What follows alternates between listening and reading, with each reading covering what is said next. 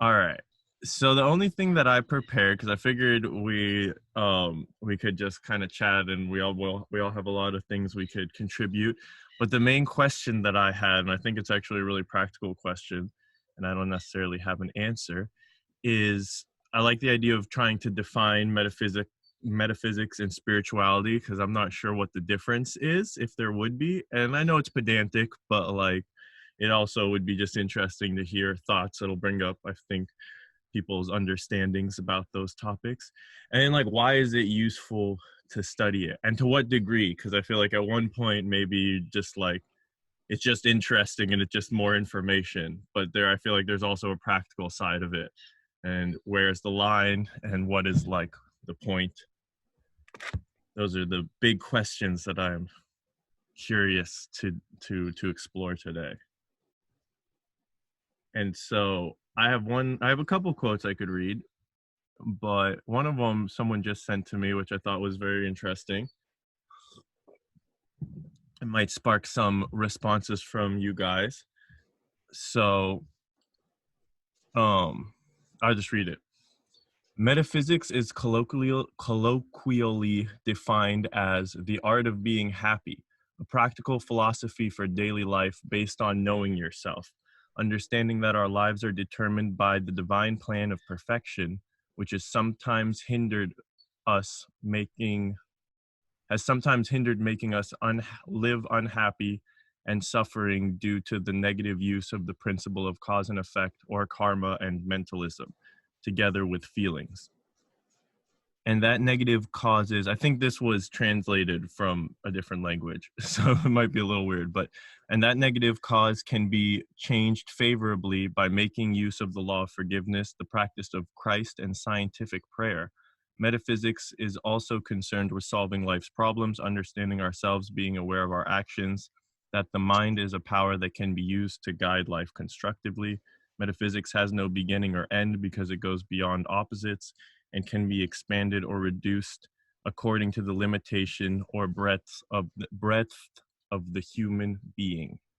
And the one thing that I wanted to highlight is the has no beginning or end because it goes beyond opposites. I like what Lee you sent in one of the quotes where you said Gurdjieff. Is that how you say it? Gurdjieff. Gurdjieff. Gurdjieff Yeah. maintained that the feat was impossible, yet it could be done. I like how that's like, it's impossible, it can't be done, but it is impossible and it can be done. It's just like beyond opposites. And it's an interesting Yeah, illustration of that poem. he had really colorful quotes, and he's kind of a trip to quote, because he would have expressions like having to work 25 hours a day and jumping over your own knees twice, things like that. The idea of the impossible, you know. Okay, all right. I was like, I'm trying to, what's that, jumping over your own knees twice? That's funny. Yeah, well, it's That's the weird. idea of possible. It's impossible. It's Yeah. like Oedipus, who finally solves the riddle of the Sphinx, which was considered impossible, right? So it's the I'm not idea of familiar with possible. that, actually. Can you give me the summary of that? Oedipus and the riddle of the Sphinx? Yeah. Aren't you from Egypt or your family? Oh, you're right. Actually, now I'm really embarrassed. Thanks. Thanks a lot. You could have There's just let that slide. But Sphinx in the desert there. no, it's true. I've seen the Sphinx, been down there. Apparently, there's supposed to be a chamber underneath there in the Sphinx. And my mom Yeah, has this. Hmm? but that's the whole thing of Oedipus Rex, which was written by an old Greek writer named Sophocles, who was actually a priest in the mysteries. So talking about metaphysics, this comes from ancient times, this word, But anyway, but he wrote Oedipus Rex, meaning Oedipus the king. So at one Okay. point, Oedipus is out in the desert. I don't know. It has to do with the story, and it's based on an old myth. But the Sphinx has been terrifying. The Sphinx is like a living being and has been terrifying the village and the cities and everything. And anyway, he goes out and he meets the Sphinx, and she says, "You cannot pass unless you solve this riddle." And she says, you probably heard it. It's what creature goes on all fours in the morning, and then goes on 2 feet by midday, and then in the evening is on three.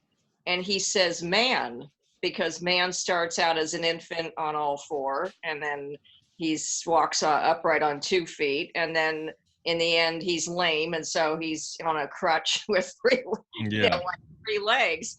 And she freaks out, and he's been the only person to solve the riddle of the Sphinx. So that's actually embedded in that story. But so that's the idea of doing the impossible, the idea of the Mobius strip and things. So anyway, so you just happened to mention it. I don't want to get off track. I don't think there is a particularly like defined track for our conversation. Yeah. But I know, Domenico, you mentioned a few definitions. You shared a few different ideas about metaphysics and spirituality in the comments. I'm curious, like, what do those words mean to you particularly, or like how do you think about them? Most of them, I actually, guys, I just copy and paste because I'm trying to understand more metaphysic. Spirituality, I have my own interpretation of it. I know there's a definition for it. Okay.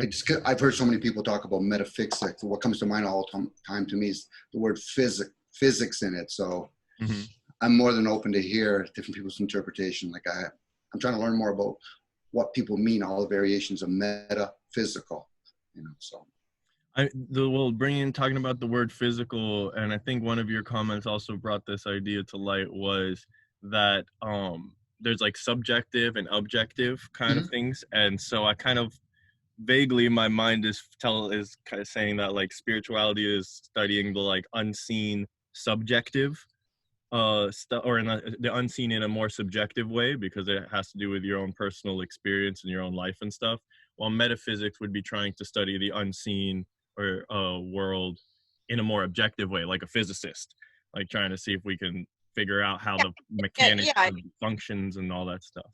Yeah, it can also be termed spiritual science. You're kind of, we're stuck with English here. So, I think other languages probably have a lot better terms. But, the whole thing about, you do even have churches around, the country or the world, and Church of Religious Science.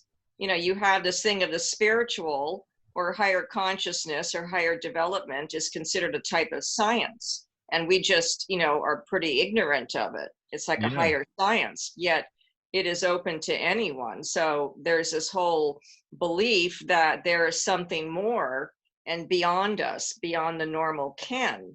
And so, you have different people who've gone through different ways of trying to get to that, whether they're mystics or whether they're, monks in an abbey somewhere, or whether you had witches. Witches were just women, or men, some of them, who were interested in higher consciousness, and they went about it maybe in a weird way, depending, but they were experimenting, and I could see that. They were kind of breaking out of, because, we all kind of live in flatland, Okay. And we don't see everything. We don't see, the pencil that sort of comes through the ceiling kind of thing, So metaphysics has to do with, what is, beyond the normal ken.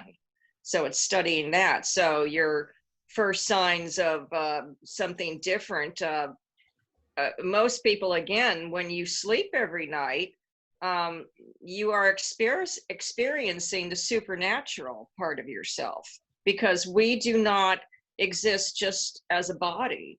We have another part of ourselves, which is beyond, it has connections beyond this time-space continuum.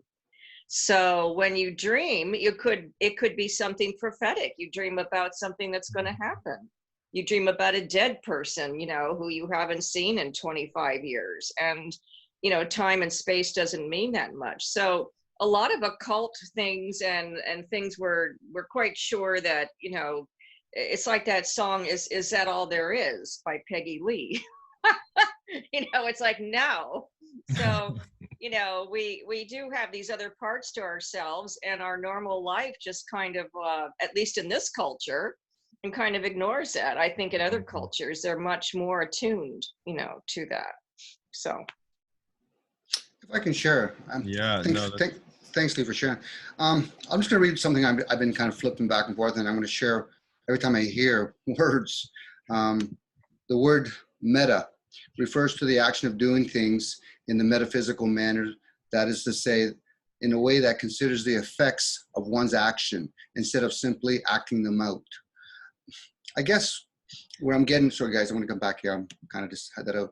I guess for me, when I hear people talk about metaphysical and they talk about, you know, astral travel and all that, to me, I classify all that as spiritual.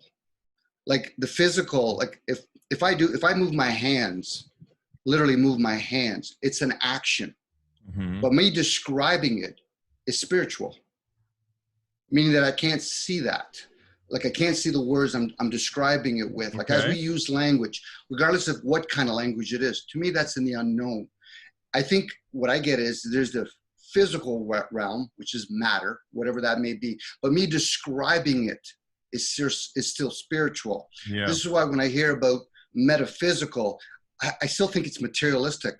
Like people are trying to always describe the materialistic, but they don't realize the language we use, the emotions we use is actually the spiritual realm. That's why I get twisted when I hear metaphysical, because I realize we're trying to, well, whoever comes up with this language are trying to describe. There's a hummingbird. He's like 2 feet away from me. Sweet. Or now he's a little further. But anyways, I couldn't ignore him. I had to say, hey. No, go ahead. No, yeah, I just wanted to say, you know, meta is the Greek word for beyond. Mm-hmm. So it's whatever is beyond our particular, you know, most of our perception, or what as we see it as the regular world, you see, which is confined. But there are other worlds, you know, beyond this, you see. So metaphysical, that's where it comes from. Meta is a Greek word for beyond. Mm. So beyond the physical, is that what you're saying, Lee? Yeah. Beyond the physical. It's beyond the regular physical world. Maybe you know, it's a very vague. There are different viewpoints on this. I mean, you have a lot of people who think that, you know, you have different densities of reality, different densities getting more and more rarefied, and that they're like skins of an onion, and that as you go from where we are, which is pretty dense, as you get, you know, beyond it, it becomes more and more rarefied. If you look at the paintings of William Blake, and he was a natural psychic, God knows, William Blake was a very unique fellow. His paintings are always these very rarefied things of the spiritual world or the psychic world. And he always paints in a beautiful watercolor, you know, because he feels like this is, you know, how he's trying to express what he sees. So he was another interesting guy who was just born that way. You know what I mean? He could always see into another realm. What? You know? So these paintings that I'm seeing of like angels and other spiritual creatures are things that he said that he saw him, like he had visions of, basically. Oh yeah. Yeah. Blake, definitely. Blake, his entire life, he wrote poetry based on it. I mean, he was like, cool. I mean, he wasn't a total nutcase. I mean, you know, he had a wife that he supported, and he was very successful in business. You know, I mean, he wasn't in a mental asylum, but you know, there's a heck of a collection there at the Huntington Library. They have one of the best in the world. But anyway, Blake, but Blake, when he was a little boy, he was psychic, and he would walk across in London. There's a park named Hampstead Heath, and he would claim that he saw the back of the head of the prophet Ezekiel.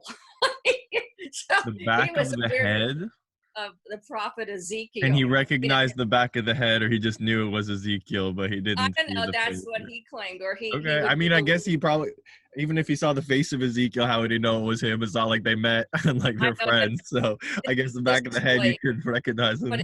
But if you look at some of his paintings, if you look at some of his paintings, some of them he'll have like the shadow of a flea. You know, and you say, well, what's that? You know, but he has a lot of angelic kind of things that he drew. Yeah. But you know, he's a great artist, and then he also was an engraver. So whatever he wrote, his mystical poetry, he then engraved it into metal plates. So anyway, he was an interesting guy. But I'm just saying that he's one of those people who was born with a metaphysical kind of vision. He could see beyond. At least this is what he said. You know. He had a great productive life, and nobody understood him, and you know, what are you going to do, right? But definitely he was just an example. Yeah. Well, I mean, both of you brought up something that kind of points to a similar commonality in that you were talking about dreams being like an access to metaphysical or spiritual beyond physical realm, and then Domenico was talking about the what were you saying, the like I equated to imagination, like the words you speak are spiritual, and it's like because they exist, the neurons in your brain are firing off and there's like electrical signals, right? But then the actual picture that you see in your mind, or the words, like the image you're creating when you use words, isn't those electrical signals. Like it looks different. Like you can see it in your mind. If you imagine an elephant, you see an elephant, but there's no electrical signal in the shape of an elephant physically anywhere in the universe. So it's like, yeah, that's like a spiritual thing. It's not a physical thing. It's beyond the physical, metaphysical, if you want to. I mean, they're all words again, but then it's like, okay, so that kind of points. And then the other thing that I thought of was when you mentioned dreams, I recently watched something, I think the guy's name is Bill Lipton, which I didn't know about him until like yesterday or the day before, but now I'm very interested in him and his work. And he mentions about the cells, each cell of your body on the outside has something called self-receptors. And it, like, if you put your cell in another person's body, that's how they know that it's not the right cell. And it'll, like, the immune system will attack it. But the idea is that, like, the cell receive self even when they're like separate. Like there were some experiments where they take like a piece of a person away, and then somehow, I forget exactly how, but the other cells reacted to the, like, a stimulus in the person or something like that. And it was like, okay, so there's like, his idea was that the cells are like TVs, and there's something else broadcasting to these cells, and that something else is you, and the cells are just like, if a TV breaks, you could put another TV and broadcast would still be there because it exists unseen somewhere else, coming from somewhere else. So I mean, that's what I was thinking about dreams the other day, to bring it back to that, because I was like, well, if I'm going to sleep, is it like, so my cell receptors are like maybe turning off the signal, like it's just like turn off the TV for a minute, and so the broadcast could like be in its own place and the bodies of the cell can do its thing by itself. I don't know if that's true. I mean, that was one of my thinking. And then the thing is, okay, so to continue that thought, it's like, well, are those thoughts worth having? Like, what is the practical benefit? Maybe that thought in particular is just interesting, but like, what is a practical benefit of thinking about like what exists beyond the physical and how it functions? I guess because we probably exist beyond the physical, and so it makes sense to know how we function. That's the first answer that comes to my mind. I guess it's like looking at a phone. We have a phone with many receivers in it, and we have satellite with many kind of antennas and all that. That's the physical. Mm-hmm. We can't see all the frequency that's in the air. Yeah. You know, and anything that we bring back into the physical, regardless if it's paintings, drawings, that's still the effects. That's still in the physical. I know there are people talk about, and I'm hearing this word meta, going beyond, but there's also being aware of what you're in. We're in many dimensions, and thoughts and emotions are their own second and third dimensions. The physical is only one dimension, and it's a linear experience. You have many experiences and thoughts, and those are frequencies. And if you speak in the language, which is what people will call white or black magic, that's another variations of frequencies. Because our body has many receivers in it, it's just that we have to always break it down to prove it. We got to crack the nut to see it. But yet we don't realize, as we're saying the word crack the nut, that is actually in the unknown. It's beyond the physical. So we only see the action part. That's why we have words like fact, actually. So this is why we confuse ourselves. We use big words and all that, but we forget. You know, scientists will defend themselves with emotions, which you can't see. They can express an emotion, sadness, happiness, excitement, but you can't see those things. Our senses, we keep forgetting we have variations of senses, and those senses can be deceived at any time, misled, misguided, but it still can't see the unknown. We have to like go with awe, like there must be something beyond just the physical. Now a person says, okay, but I'll start explaining things. Then you have to really stop and think, well, wait a second here. I'm calling something wall, but I don't see the word wall. Then a person goes inwards and says, but where does the word exist? then we start saying, well, memory cells. You know, the past we'll classify it as memory. The future could be imagination. But unfortunately, then we write books, which are still in the physical. The thought that we have as we're children listening to a story, we use our imagination, but we still can't see that. Our imaginations and our thoughts, or they're not even, I'm even using the language incorrectly. They're not our thoughts. We're experiencing them, because then we have to question, when I was born, were all these things already programmed within me, and I just have to unveil it. Some people can recall many languages. This is why when I hear metaphysical, I said, there's the physical, and then there's what we call the unknown realm, which some people might call the spiritual realm. This is why we have the number 9. Number 9 is a combination. That's when the spiritual realm meets the physical realm. Number 8 is associated to the physical realm. Number 7 is the spiritual realm. We've done this many times. Go ahead. Sorry. Yeah, no, just to get back to what you were saying, if I was understanding correctly, that, did I lose it? That, oh yeah. So like the physical world, like once you have a thought, like a thought or a feeling, you experience directly and like completely. So you can't say that like my thought, while it's still in my head, is the full thought at 100% of its existence. But then as soon as I express it in any way, right, written, spoken, or even through facial, you know, or gestures or whatever, then it's not that full thought anymore. It becomes physical, and it loses it has got to lose something. So the 5 senses can only pick up when you actually put it in the action realm, the illusion realm. Exactly. But that's the whole point. But that's the whole point of higher development, and people who are interested in what I guess some people are considered spiritual or psychic traditions, or, you know, higher development. We are not just our 5 senses. The average person thinks and tend to be bound by the 5 senses, but we do have higher senses. They are just buried. They're kind of like encased within us. And, you know, these can be, you know, developed. It's not something that you develop something because you want to go to a party and do party tricks and read people's minds. You're, you know, it's part of a higher, you know, development. But we do have higher senses. We do have a higher body. And that higher body has, you know, in a sense, its own sort of sensory organs. We're just not aware of it down here.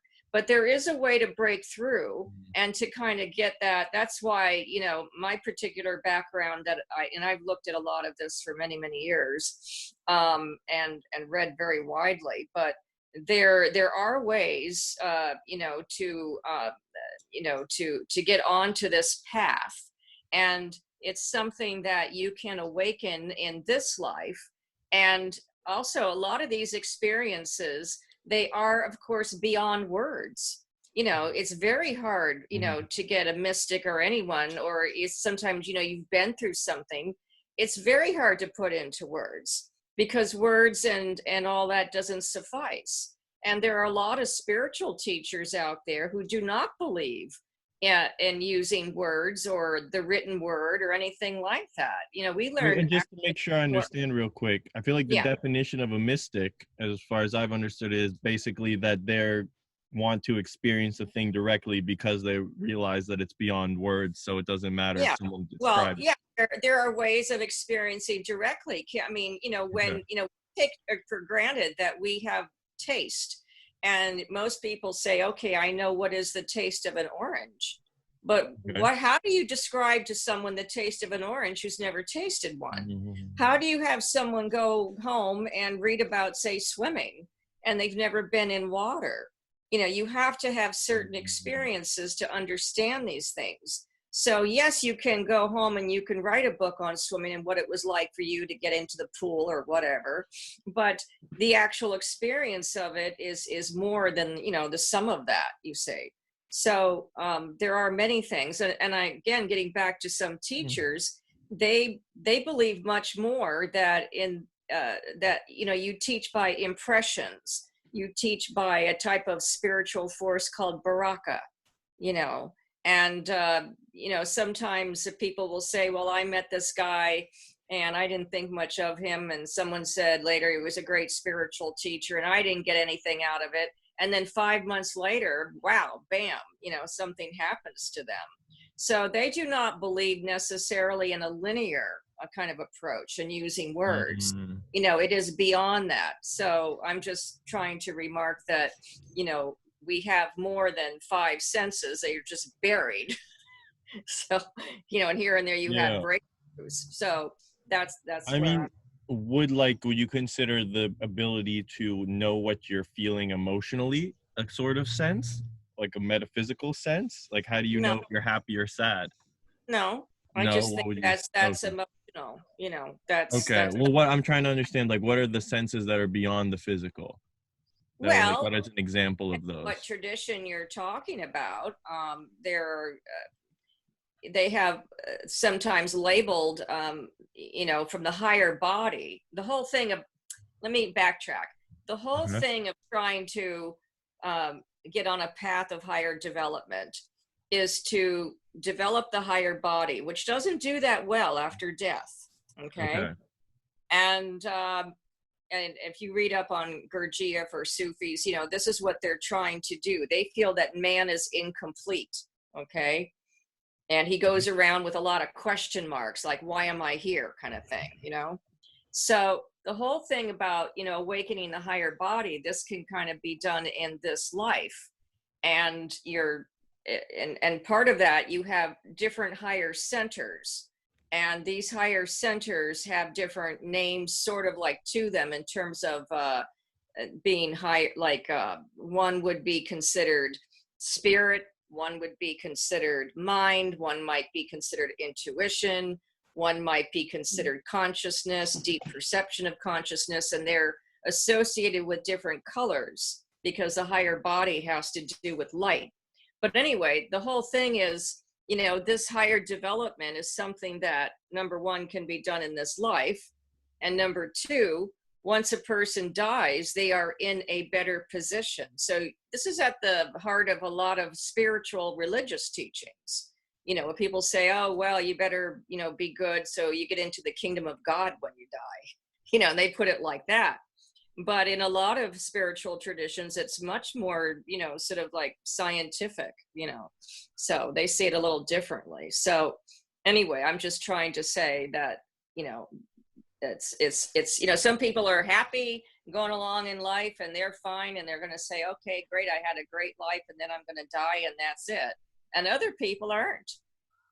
Depends what you're looking for.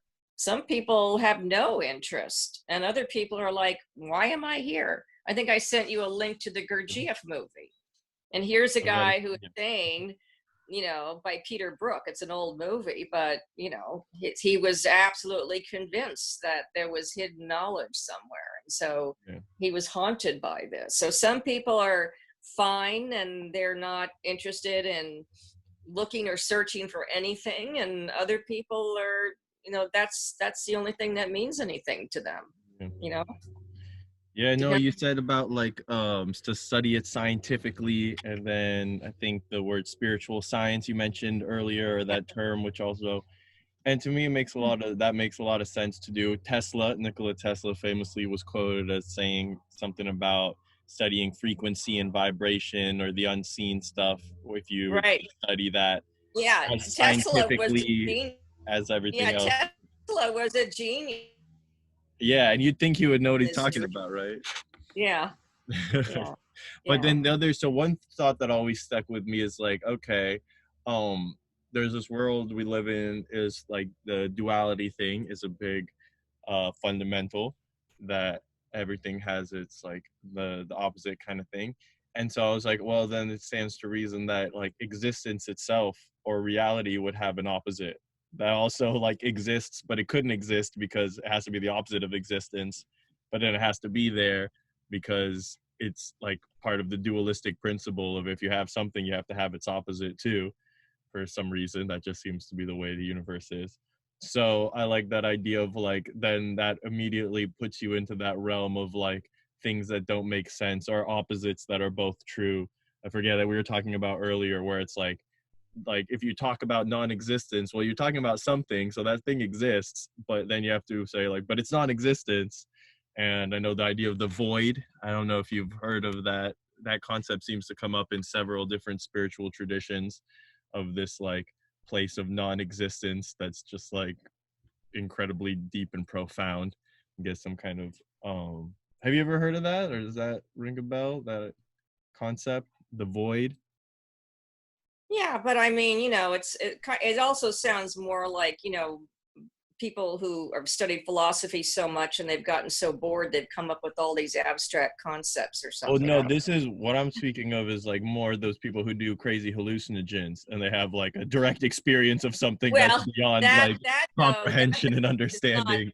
But that's not recommended. Hey, We buddy. have a very fine line between ourselves and like a higher self. And that fine line can be broken and damaged by drugs, you see. And it's really not good. I mean, yeah, people. But I only bring it up to say that it's actually the opposite of what you're saying, as opposed to philosophical thoughts. Yeah. The way that I've heard about it is from people saying that they've directly experienced this, and I'm sure that but that's just the most easy way for me to explain you can have experiences, right? I've never, unless it's something that is part of a kind of a coherent path. It's not going to add up to anything. You can go to school. That's what I've noticed. You can go to school and you can take a course in this and a course in that and then dabble in this and dabble in that. But, you have to have a design, because at some point, you want to. So people can go and they can have drugs and do whatever and have experiences, but it may not lead to development, you see. Yeah. And no, that's exactly what I've noticed. But at the same time, I'm like, okay, so I believe you've had this crazy experience you've described.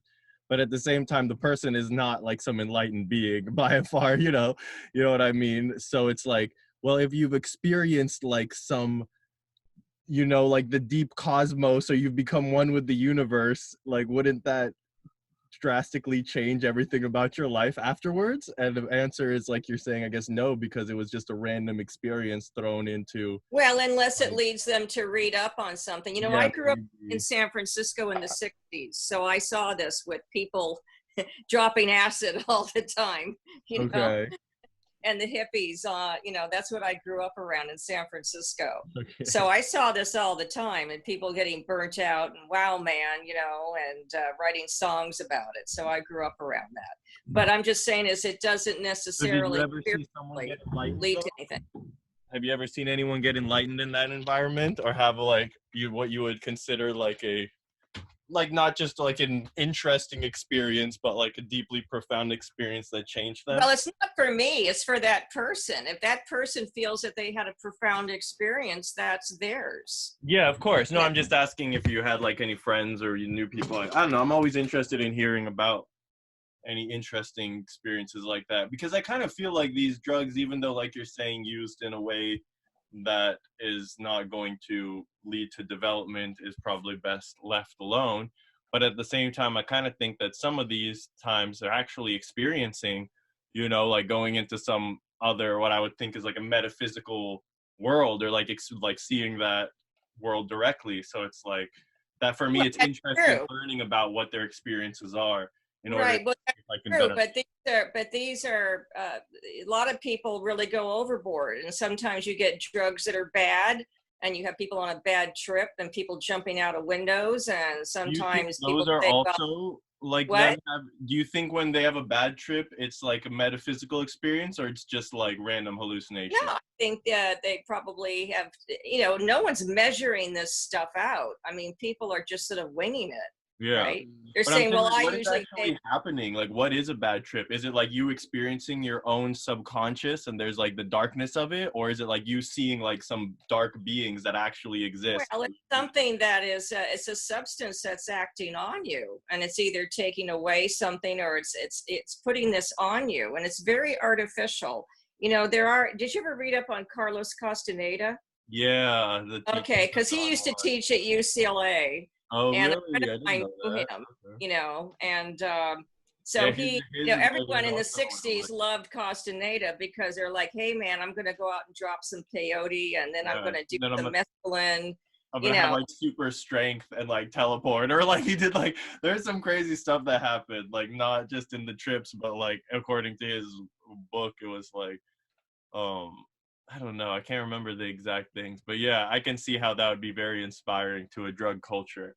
Like, yep. Yeah, but even his own teacher said he only used peyote and things like that in the beginning because he felt like Carlos had this hard shell around him, and it was just kind of like using an icebreaker. But after that, there were no drugs. You see.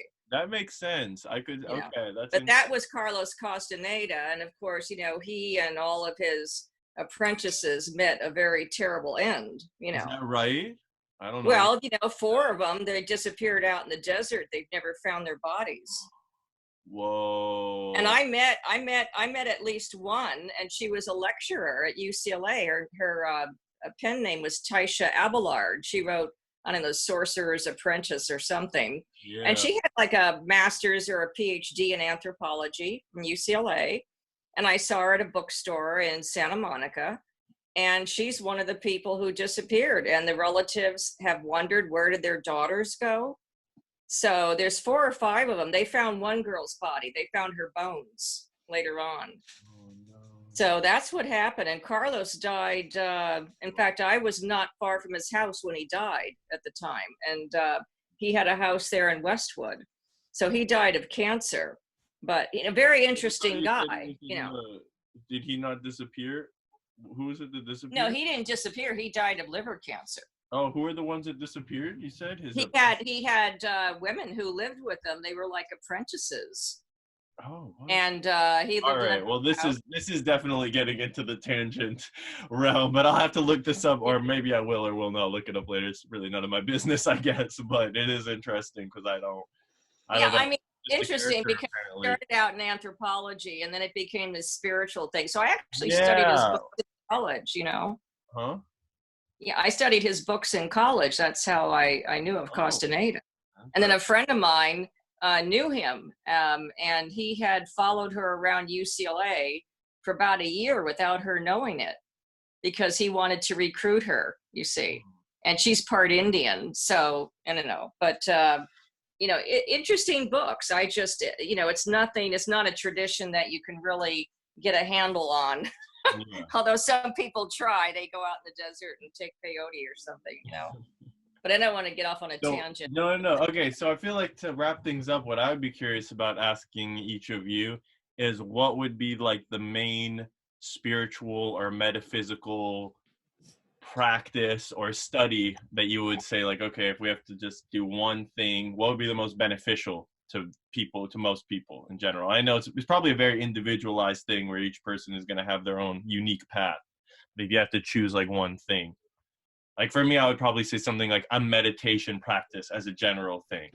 There's all types of meditation, but the idea of being able to quiet and calm your mind and become aware of how it's functioning from a more objective, detached viewpoint is very like, okay, I could see that being beneficial for anybody. Yeah, so, I agree. So that would be okay. All right. Oh, that's it. Is that your answer then? All right. What's the second in schools? I think it should be taught in schools. I used to teach a little yoga. So yoga. Okay. So can you explain to me like what is, because I know there's a spiritual aspect to yoga as well as the physical, but I don't know too much about the spiritual one. Actually, I've heard it being called, it's a unification is what yoga means or something like that. Is that right? Or? Well, there are 3 or 4 types of yoga. There's bhakti yoga, there's hatha yoga, there's tantric yoga, but meditation in general, I think in the society that we live and people are crazy and full of devices and kids are running around like, nutcases, I think it would be very important to teach people basic meditation and watching your breath.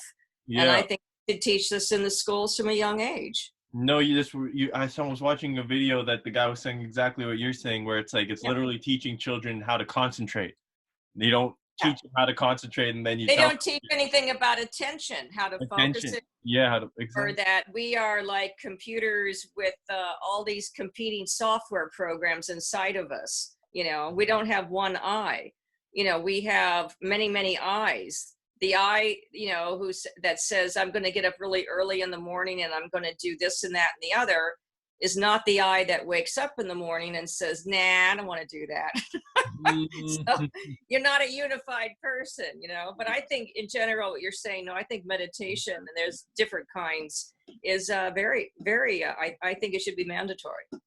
Mandatory, that'd be nice. Like being in the army, meditation, 1, 2, Yeah, 3. yeah. You're not meditating. Oh, there's a Tai Chi teacher online, Ian Sinclair, that I like on YouTube, and his slogan is "Relax harder." Like, I kind of like that. Like, yeah. Well, you know, that was always a fascination. I know I was at UCLA. They had a pain control unit. And they became very fascinated in the 70s with all these yogis, and they'd wire them up, and, you know, they could change the temperature on different spots of their hands and do all this. And this is where, you know, Western science is starting to say, hey, look at these guys from the East, look what they can do. And so that was starting to happen in the 70s a lot, you know, especially, you know, coming off the 60s, you know, what can we get from this Eastern culture, and, you know, how can we use it here? But I think meditation in general is an excellent thing. Mm-hmm. What about you, Dom? Do you have a spiritual practice or area of study that you would like recommend most to people in the world if you had to choose one? Wouldn't teach it personally. As I'm hearing it, like all the elusive drugs, those are just spinning their wheels. Even university spins their wheel, all the teaching spins their wheel. We live in the known realm. I'm going to share something out loud, okay? We're in the known realm. It's called things. That's why it's called knowledge. And in that, it's duality. So the 5 senses can only see forward in the 5 senses of things. So when you create something, we really don't create, we formulate things. So when you see an object, symbology plays a role. The language actually just deceives us, meaning that we forget it's a spiritual realm. There's actually the essence to things, but knowledge is only things. So when I hear people say this, where he's the most intelligent person I've ever met, you would have to go inwards and say, what directories do I have to even be able to gauge that? And what would that make me? So when we look at things, you're supposed to question things, ponder things, assess things, just do all the things. You're going to do everything in your power, your mind, because that's the thing that people, when they get into elusive drugs or they read books or they said, I followed this person, that's entertaining the lower mind. That's all it's ever done. We use language to describe things because we forget to turn inwards and ask our teacher, what is language? It's coming from the unknown. That's the essence. There's something beyond all of that, but most people only get caught up. I'm going to do ayahuasca and not realize there's a certain diet you have to do. But even that, that's just looking in the window. That's all it ever does. Meditation, it's scratching the surface. Praying, scratching the surface. When people talk about illuminated, you'll know when you're illuminated. You'll struggle, you'll suffer, because when you try to explain to other people, they're still caught up looking at the linear realm of the physical. Everything that you see, everything, Linda, whatever, everything that you've ever seen is nothing but objects. I'm using a language to describe this something that's this things. Then we start giving language to it. Doesn't matter what language we use, Sanskrit, whatever. When you start describing it, there's so many experience in each vibration of that language. When you express emotions, you don't see emotions, you only see its expression. Other known realms, other known beings have discovered there's a wireless device. Tesla just tapped on it. That's all he did. He tapped on it. He was able to gauge it with the numerical numbers of 3, 6, and 9. Hold on. Hear me out. Hear me out. No, I just don't know. What's a wireless device that Tesla you're talking about? He only tapped in the things that fuel trees, grass. Okay, never mind. Only thing he did was he tapped in on it. But we as species think for some reason, because we don't understand him, knowledge is the beginning of our pursuit. Wisdom is the feminine aspect. Understanding literally is the masculine aspect.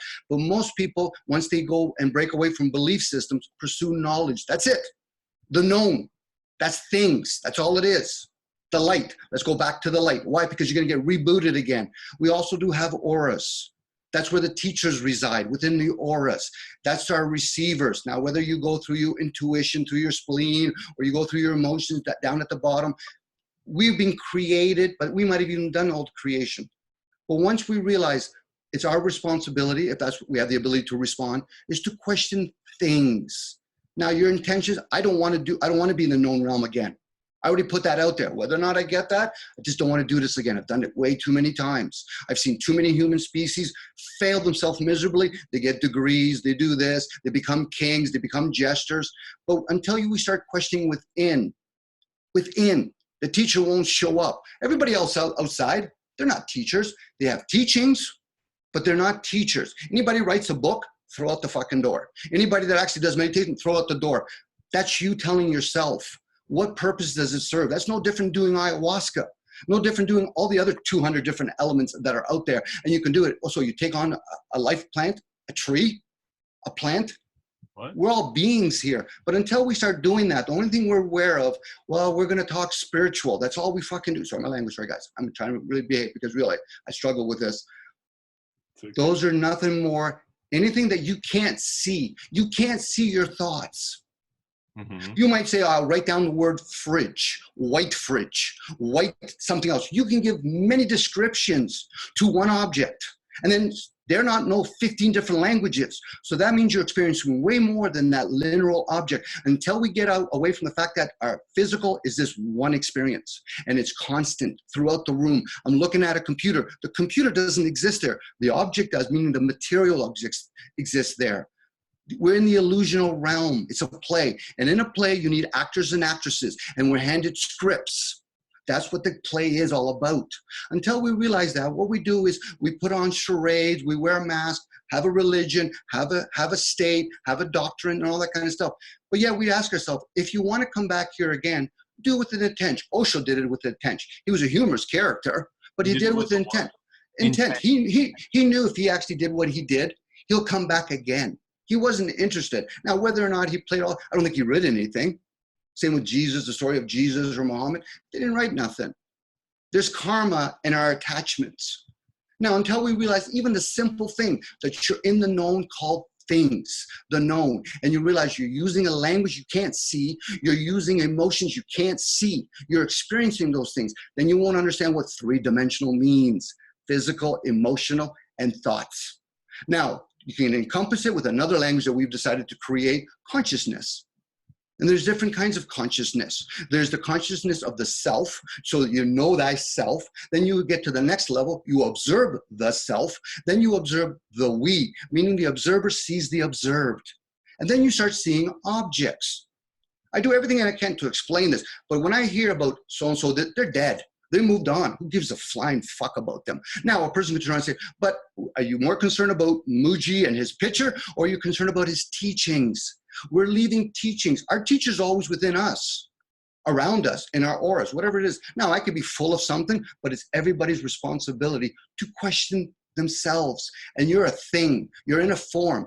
Like if any of us, three of us, can move your blood from one pinky to another, then you've learned something else. Until that, what we do is the body has its own function. You can communicate with the body. You can communicate with the mind. It just happens to be we have a mind that's so close to the mouth, and all the other receivers have to always obey it and say, okay, I'm going to talk to the king, piece of shit as he is. And we have two hemispheres there. Until we start questioning that, what we're... Body. What's that? That's a rude body. Yeah, maybe. But you know something? It's just words. I'm using words. Yeah. I know my intent behind it. One of the things that I feel like I'm gathering from you is that, and this, I get like the Sadhguru guy, he said it really well, is that all human experience is generated from within. So all this external stuff is, even if you get it from external, you're still going to like regenerate it from within. And that's the real thing that you're experiencing directly. I think that's what you were saying about. Well, I would ask him point blank. I could do it privately or publicly. I say, how do you want to be shamed? Where are these experiences? I'm asking questions. I truly am. Hold on, hear me out. Prayer is asking. If I ask him straight out, where are these, whoever this person is, this experience, physically or mentally or emotionally, when you say within, is it in our auras? Because you got to remember, we have different layers of auras around us. And I'm just using a word to describe something that's the unknown. And this is how we give gauges. Like, you have a name, you gauge yourself. That's not who you are. But no different Leah. The unknown, right? Is kind of one of the basic principles. But what you can do is you can reduce all the knowns. You can describe all the knowns. Okay. And to think by default that the unknown shows itself doesn't work that way. You can only describe the known, but most people think that's it. And that's fine. Next time when you reboot, you'll come back again. Now, it doesn't matter what form you are. You can come back as a sequoia tree because it lives longer than most humans, mortal humans do. And then there's some insects that live only a couple of weeks. Why? Because we don't really even know what time is. We don't even know what space is. We look at the sun, but we forget that's a gauge. That's all it is. A clock is a gauge. That's not time. But we say it enough times, and then with our energies together, we actually manifest it into the mental mind. That's why we have words like government, entertainment, because it has the word mind in it, the lower version of the mind. And that's the student. That's always ever been. That's always ever going to be. Call it ego, call it whatever it is. That's the student. And until it's willing to humble itself, and humble doesn't mean you're wrong. It means that you stop saying that you're right. I'm just sharing out loud. Because to me, I struggle with all of this. Why? Because I look at a lot of other stuff. I'm thinking, why would I want to get a degree? Why? There's a lot of masonry degrees out there. Would I want to go get a university degree too now? There's many degrees out there. Now, that could be me being arrogant, which it is, because I do have my ego still here. Sorry, guys, I went on a little bit too much. I apologize. It's okay. I'm just wondering, what was the essence of like the message you were trying to convey? I'm not sure I grasped it fully. I think most people, if not all human beings, stumble themselves over and over again, including me. But until you actually question that for yourself. Okay, yes, that's a central theme. I feel like you're bringing up a lot. That it takes the questioning of yourself, and through that process is where you find real, like, knowledge and growth and development. Maybe, Shaq. Don't know. I couldn't answer that for you. I couldn't answer that for you. Anybody that tells you otherwise, then that gives you a great opportunity to question them. That's interesting. So one of the things I find that when I study like spiritual, metaphysical, whatever label we want to use, the world of the unseen, is that you get to points where the realist truths don't like cannot be conceived of, really. So like if you think about them too much, you lose the essence and they become just like random words and strings of like theories.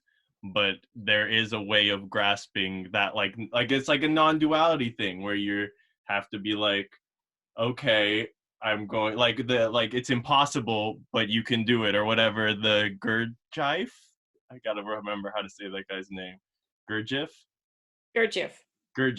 like the Gurdjieff thing, where it's like you have to have space for two things that are contradictory, yet they're true only when they're put together, kind of thing. Well, you have to keep in mind that truth may not be fact.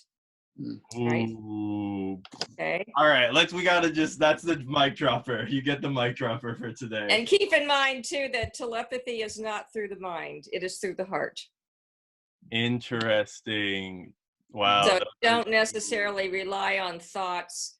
You very often are learning, especially small children and any new endeavor, you learn a lot through impressions, which really has not to do with thoughts. Thoughts is an aspect, but I just thought I'd throw those things out there. That's all.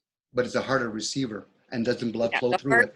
The heart is considered the main organ of perception, but it's kind of like not the physical heart. It is like the larger psychic. Yeah, the electromagnetic field and the metaphysical. Yeah.